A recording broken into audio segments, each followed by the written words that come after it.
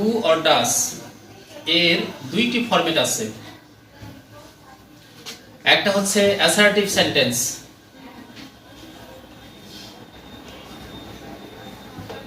Assertive sentence. Clear? Assertive sentence মানে কি? এর অর্থ কি? বর্ণনামূলক বাক্য। আর নাম্বার 2 হচ্ছে ইন্টারোগেটিভ।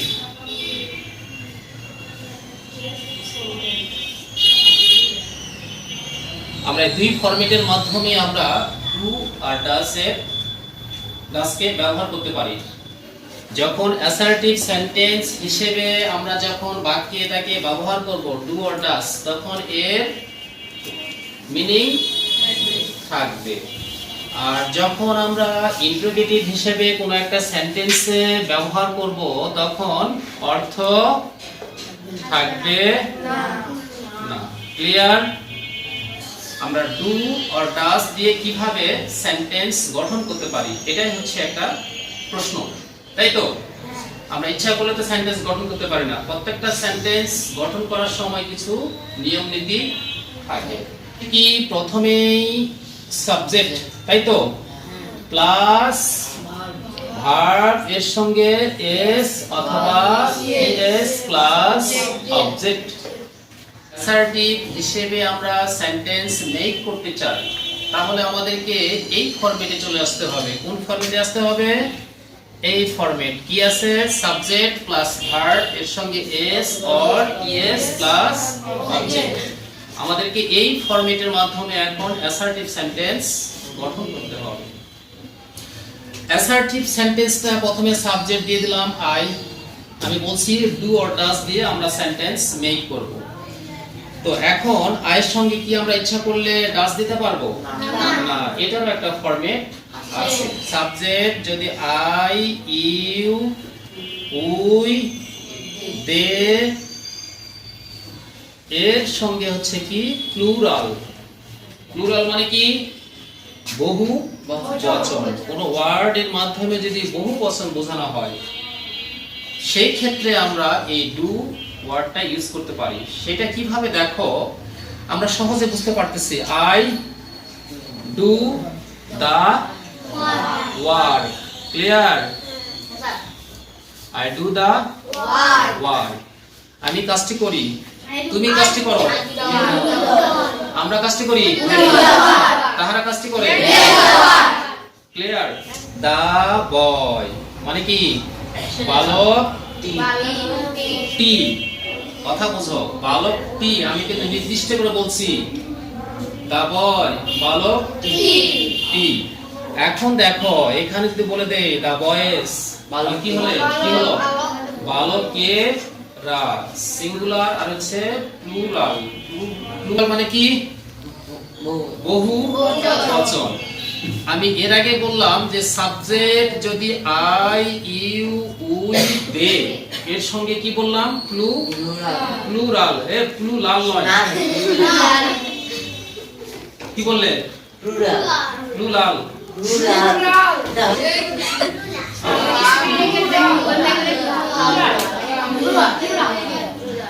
ওকে, কন্ডিশন ছিল ভার্বের সঙ্গে এস অথবা ইএস, তাহলে তো আমরা সকল ক্ষেত্রে বসাইতে পারতাম। কিন্তু রুলসের মধ্যে বলে দেওয়া আছে সাবজেক্ট যদি I, you, we, they plural হয়, সেই ক্ষেত্রে ভার্বের সাথে কিছুই বসবে না, তখন আমাদের ডু ওয়ার্ডটা ইউজ করতে হবে। ক্লিয়ার? এই ভুলটা তোমরা গত পরীক্ষায়, এই পরীক্ষা অনেকে ভুল করে ফেলছো। কার সঙ্গে এস, কার সঙ্গে ইএস হবে বা কার সঙ্গে কিছুই হবে না। তোমরা টেন্স, ইনডিফিনিট টেন্স লিখেছো, বাট সেখানে ভুল হয়ে গেছে। অনেকে লিখছে I likes flower, I likes flower. তুমি লাইকস যখন দিবে তখন তুমি হি কেন ইউজ করলে না? কারণ কন্ডিশনে বলা হচ্ছে যে এই কয়টা থাকলে ভার্বের সঙ্গে কিছুই বসবে না। দা পেন্স, কলমগুলো। ঠিক আছে? তাহলে এখানে দেখো দা বয়েস, এটা হচ্ছে কি? প্লুরাল। সুতরাং এখানেও আমাদের ডু ইউজ করব।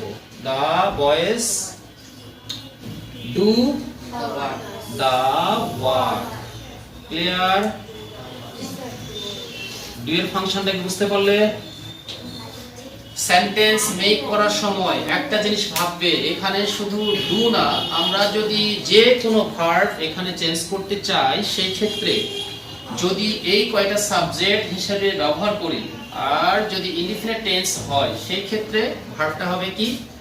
নাম্বার 1 শাকিব খান, তাই না? ভার্বের কি প্রত্যেকটা ভার্বের তিনটি ফরম্যাট আছে, ভার্ব 1, ভার্ব 2, ভার্ব 3। তাহলে আমরা ইনডিফিনিট টেন্স হলে ভার্ব 1 টাই বসাবো। দেখো P L A Y, play. Play মানে কি? খেলা করা। আমি ডু দিয়ে পড়াচ্ছি কিন্তু তার সঙ্গে দেখো আই প্লে। আই প্লেস কখনো হবে না। প্লে শব্দটা আউট করলাম, আর ই এ ডি, কি হলো? রিড মানে পড়া। আই রিডস হবে না, কখনো না। আই রিড দা বুক। এভাবে আমরা ইচ্ছা মতো সেন্টেন্স গুলো ভার্ব চেঞ্জ করে করতে পারি। আই লাইক ক্লাস এর মাধ্যমে কিভাবে সেন্টেন্স আমরা মেক করব। তো এখানে দেখো যদি আমাদের হি শি নেম ইট থাকে সেই ক্ষেত্রেই ডাস হলো। এখন প্রশ্ন হলো যে আপনি সূত্র লিখেছেন এস অথবা ইএস, আমরা কিভাবে বুঝবো যে এখানে এস হবে আর এক জায়গায় ইএস হবে? পিইএন পেন, এটা প্লুরাল কি হবে? পেন্স। পড়নি? তারপর দেখো বি ও ওয়াই, বয়, পড়ছে না? এই জিনিসগুলো আমাদেরকে বুঝতে হবে যে একটা সেন্টেন্স যখন আমরা মেক করব অথবা কোথাও আমরা পড়ব তখন ওই সাবজেক্টটা আসলে কি হিসেবে আছে, সিঙ্গুলার না প্লুরাল। যখন আই ইউ উই দে থাকবে এটা তো সহজেই চিনতে পারবো। আবার যখন হি শি নেম ইট থাকবে আমরা সহজেই বুঝতে পারবো। কিন্তু এই আদার্স যে বিষয়গুলো আছে, দা বয় কোথাও থাকতে পারে, দা বয়েস কোথাও থাকতে পারে, দা পেন কোথাও থাকতে পারে, দা পেন্স কোথাও থাকতে পারে। এই জন্য সেন্টেন্স গুলো পড়ে আমাদেরকে ভালো করে বুঝে নিতে হবে যে এই সাবজেক্টটা মানে সিঙ্গুলার না প্লুরাল, দেখে আমাদেরকে ভার্বটা চেঞ্জ করতে হবে। হচ্ছে কি কোথায় এস আর কোথায় ইএস বসবে। কোন ওয়ার্ডের শেষে যদি ও ও এক্স এস এস এইচ তারপর সিএইচ তাহলে ইএস যুক্ত হবে। সেটা কি হয়? থার্ড পারসন সিঙ্গুলার নাম্বার হয়। হি শি নেম আর হচ্ছে থার্ড পারসন সিঙ্গুলার নাম্বার হয়। সেই ক্ষেত্রে এগুলোর সঙ্গে এটা। আর বেশিরভাগ ওয়ার্ডের সঙ্গে আমাদের কি হবে? এস যুক্ত হবে। দেখো আমি কয়েকটি লিখবো। ই এ টি শেষে আছে, ফরম্যাট আছে নেই, সুতরাং এখানে আমরা কি করব? এস যুক্ত করব। এরপর দেখো play, P L Y, play আছে না, এটা করতেছে না। তারপর দেখো ডি আর আছে আছে নেই। এরপর দেখো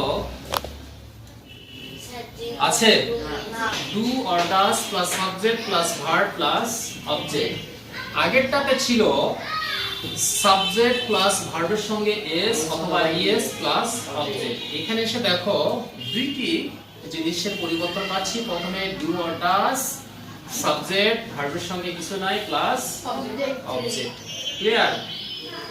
এই সূত্রের মাধ্যমে এখন আমরা সেন্টেন্স গুলো গঠন করব। আর এটা আমরা বুঝবো কিভাবে যে প্রথমে ডু অথবা ডাস হবে। এটা বাংলা প্রশ্নের মধ্যে আমরা দেখতে পাবো। দেখো তুমি কি কাজটি করো? তুমি কি বাজারে যাও? শেষে আমাদের কি চিহ্ন হবে? Question mark. আমরা ডু অর ডাস এর মাধ্যমে আমরা প্রশ্ন করা শিখব। যদি আমরা অ্যাসার্টিভ সেন্টেন্সটা বুঝতে পারি সেই ক্ষেত্রে ইন্টারোগেটিভ সেন্টেন্সটাও বুঝতে পারবো। ডু বসবে সাবজেক্ট যদি আই ইউ উই দে আর হচ্ছে প্লুরাল হয় সেই ক্ষেত্রে আমাদের ডু বসবে। তবে কন্ডিশন দেওয়া আছে ডু সেন্টেন্সের শুরুতেই বসবে। এখন এই জায়গাতে অনেকে ভুল করো যে আমি কি কাজটি করি, এই আমি কি কাজটি করি অনেকে লিখতে গিয়ে do I do the work, এইটা লিখতে গিয়ে অনেকের মধ্যে একটা ভুল ধারণা থাকে যে ডু তো আমি প্রথমে বসিয়েছি, তাহলে এটা আমি কেন বসাবো, এটা একটা ভুল ধারণা থাকে। আমাদের এটা হচ্ছে সূত্রের ডু, তারপরে ছিল সাবজেক্ট বসিয়ে দিলাম, তারপরে এখন ডু মানে করা যদি আসে তাহলে এখানে বসিয়ে দিলে সমস্যা কি? অনেকে বলে যে এখানে ডু দিলাম এখানেও ডু দেবো, অনেকে না দিয়ে কি করে ডু আই দা ওয়ার্ক, আমি অনেকের খাতায় দেখেছি এটা। এই ভুলটা যেন কখনো না হয়। মোট কথা হচ্ছে প্রথমে ডু, তারপরে সাবজেক্ট, তারপর হচ্ছে দেওয়া আছে ভার্ব, ভার্বটা কি সে ভার্বটা আমাদেরকে বসাতে হবে, তারপর অবজেক্ট আছে অবজেক্ট দিকে। তুমি কি পানি পান করো, কি হবে ডু ইউ ড্রিঙ্ক ওয়াটার। তুমি কি একটি কবিতা লিখো, তুমি কি ফুটবল খেলো, তুমি কি বইটি পড়ো, তুমি কি ফুলটি পছন্দ করো। দেখো ফরম্যাট একটা যদি বোঝো সেই ক্ষেত্রে আরো ভার্ব দিয়ে আমরা ইচ্ছা মতো, তুমি কি ইংরেজি শিখো, তুমি কি ইংরেজিতে কথা বলো, স্পিক ইংলিশ। তুমি কি আমাকে পছন্দ করো, তুমি কি স্থানটি ত্যাগ করো, তুমি কি ঢাকায় যাও, তুমি কি পানি পান করো। হাজার হাজার সেন্টেন্স আমরা মেক করতে পারবো। ক্লিয়ার? এখন ডু যদি বোঝো, ডাস না বোঝার ইচ্ছুক নেই। শুধু ডাস এর ক্ষেত্রে কি হবে, হি সি নেম ইট, আর হচ্ছে থার্ড পারসন সিঙ্গুলার নাম্বার যদি হয় তাহলে কি হবে আমাদের শুরুতেই ডাস বসবে। তো এখন দেখো সে কি কাজটি করে,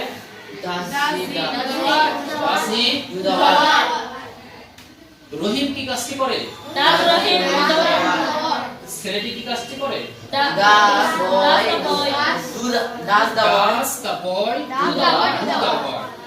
আমার মা কি কাজটি করে,